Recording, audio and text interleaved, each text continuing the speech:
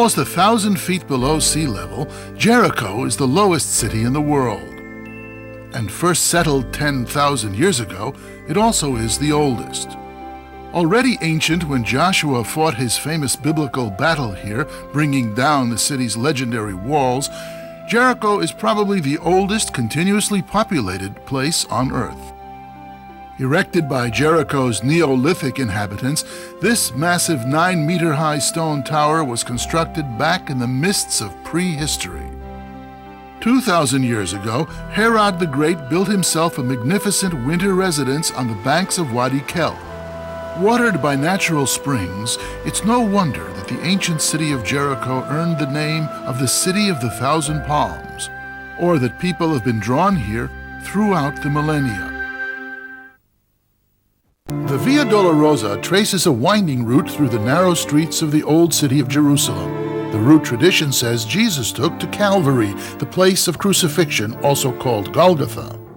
Meaning the way of sorrow, this name emerged around 400 years ago, but the exact location of the 14 stations of the cross along its route were settled upon only in the latter part of the last century. Each station marks a particularly significant event, and chapels for meditation, convents, and monasteries have been built along the way throughout the years.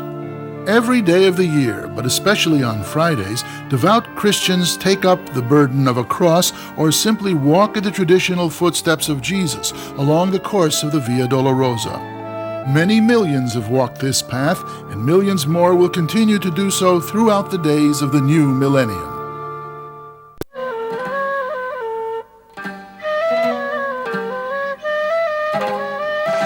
The Bedouins are a nomadic people who adhere to the same lifestyle that existed at the dawn of the millennium 2,000 years ago, and probably existed 1,000 years earlier or more.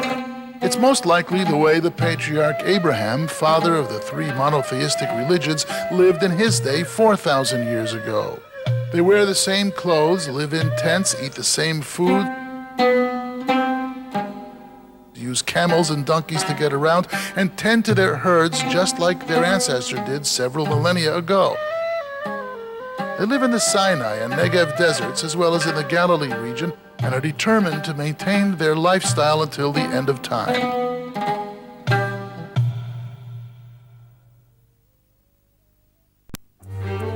From the most ancient times, the population around the Carmel has seen the heights of the mountains imbued with a godly presence.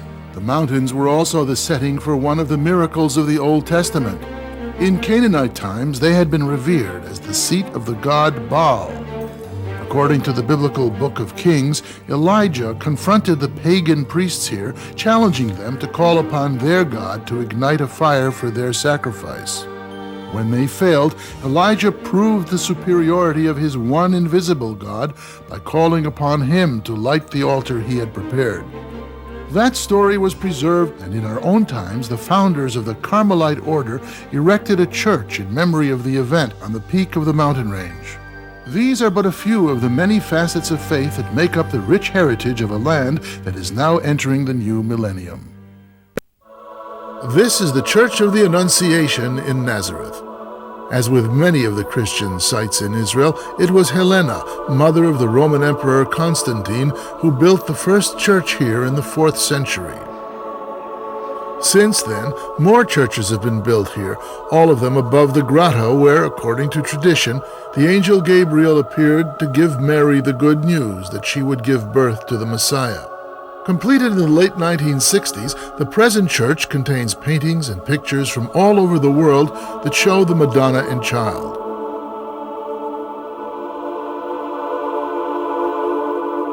Dominating the skyline, the Basilica of the Annunciation was designed like a lighthouse to express how its message of hope for humanity beacons out from Nazareth as the world enters the new millennium. At the eastern end of Bethlehem's Church of the Nativity are 2 flights of narrow steps. They descend into a cave that countless generations have revered as the birthplace of Jesus Christ. This is the Grotto of the Nativity. On one side of the cave, tradition places the manger where the child Jesus was placed. On the other side, Below silver lamps that burn day and night, a silver star marks the place of the birth itself. Millions come from around the world to this spot, where the star, set in white marble worn down by the hands of time, celebrates the momentous events that occurred here 2,000 years ago. Events that heralded the beginning of the first millennium.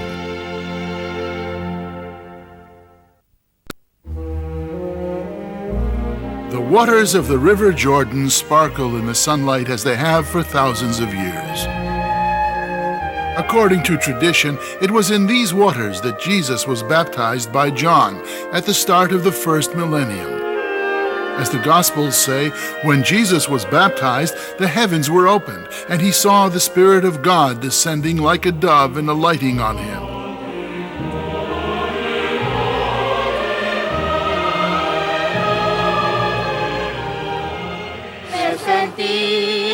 Throughout the ages, pilgrims have come here from all over the world to be baptized in the waters of the River Jordan.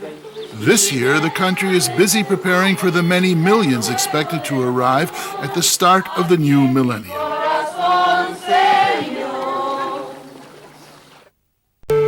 Nestling near the shores of the Sea of Galilee is the site of the ancient town of Kfar Nahum, better known today by its Latin name, Capernaum.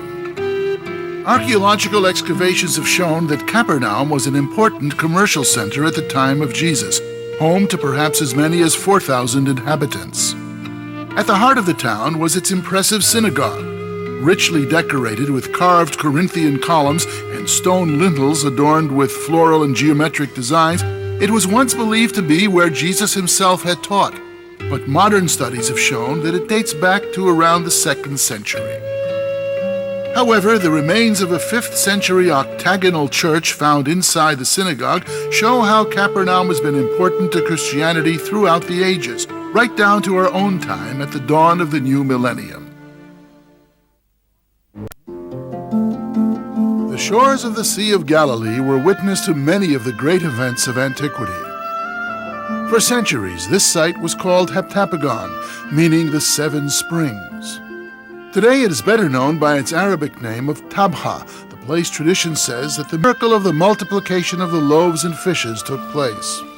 One Christian pilgrim described Tabha like this: "Not far from Capernaum are stone steps, and by the sea is a grassy field with plenty of hay and palm trees. This is where the Lord fed the people with 5 loaves and 2 fishes." A succession of chapels have stood on this spot in memory of the event captured in this beautiful mosaic, a magnet to visitors throughout the ages down to our own times on the eve of the new millennium. Dominating the surrounding terrain of the Jezreel Valley, Mount Tabor has attracted attention throughout the generations. According to tradition, 2,000 years ago, Mount Tabor was witness to one of the great events of the life of Jesus.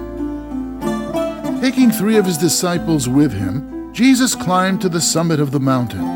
There, so the Gospel of Matthew tells us, he encountered Moses and Elijah and was transfigured, and his face did shine like the sun. In Byzantine times, Mount Tabor was identified as the mountain where this event took place, and later the Crusaders built a basilica here.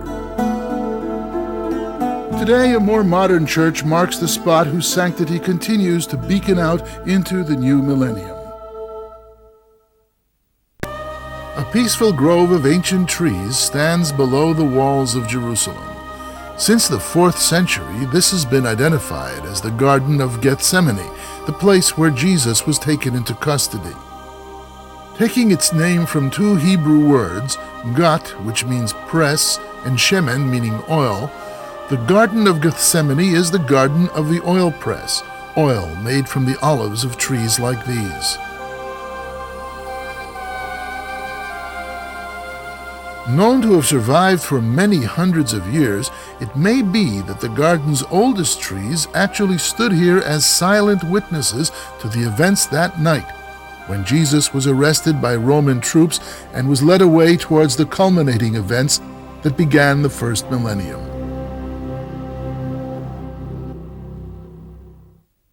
The Via Dolorosa traces a winding route through the narrow streets of the old city of Jerusalem. The route tradition says Jesus took to Calvary, the place of crucifixion, also called Golgotha. Meaning the way of sorrow, this name emerged around 400 years ago, but the exact location of the 14 stations of the cross along its route were settled upon only in the latter part of the last century. Each station marks a particularly significant event, and chapels for meditation, convents, and monasteries have been built along the way throughout the years. Every day of the year, but especially on Fridays, devout Christians take up the burden of a cross or simply walk in the traditional footsteps of Jesus along the course of the Via Dolorosa. Many millions have walked this path, and millions more will continue to do so throughout the days of the new millennium. The centerpiece of the old city of Jerusalem's Christian quarter is the Church of the Holy Sepulchre. Inside the main door is a flat stone known as the Anointing Stone or the Stone of Unction. Here, tradition has it that Jesus was laid out after he was taken down from the cross. His body was prepared for burial, sprinkled with a mixture of myrrh and aloe. Mary, his mother, was present, and a statue nearby conveys her grief. Pilgrims come here from every corner of the world to anoint themselves on the stone. And they will continue to do so throughout the next millennium.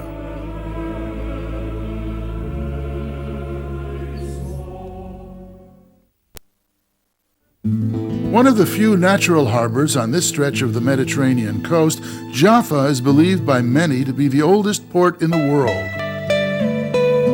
Occupied by the ancient Egyptians as early as 3,400 years ago, Jaffa watched the waves of history wash past its shores. It was from here that Jonah set off on his voyage that ended up in the belly of a whale. Well developed by the time of King Solomon, it was to Jaffa that the cedars of Lebanon were shipped for use in the construction of the Great Temple in Jerusalem. And tradition tells that the Apostle Peter healed Tabitha here, bringing her back to life while he was staying in Jaffa as a guest of one Simon the Tanner, whose house is still venerated. Today, Jaffa has set her eyes firmly on the future, to the new millennium, which is now upon us. 2,000 years ago, they numbered almost 1 million souls. Today, only a few hundred Samaritans remain. They live around their holy place, Mount Gerizim. Clinging to a faith that split from Judaism in the mists of time, the Samaritans follow the 5 books of Moses, which they write in a script that is all their own. This they pass down from generation to generation. Their holiest time is the Passover, when the high priest tells the story of the exodus from Egypt to the whole community gathered on the mountain. They stay for a week, sacrificing sheep in an age-old way, one for each family. Today, the Samaritans add their ancient traditions to a world in its new millennium.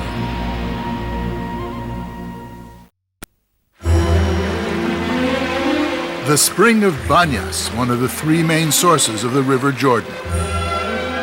It is a sacred site whose Arabic name can be traced back to Pan, the Greek god of nature. 2,000 years ago, a pagan temple stood in front of the grotto from which the Jordan's waters emerged. According to the Gospels, it was in this setting that Jesus told one of his apostles, "Thou art Peter, and upon this rock I shall build my church." Banyas' unique landscape has led some scholars to believe that this was the original Garden of Eden. Its natural beauty will continue to inspire visitors into the next millennium.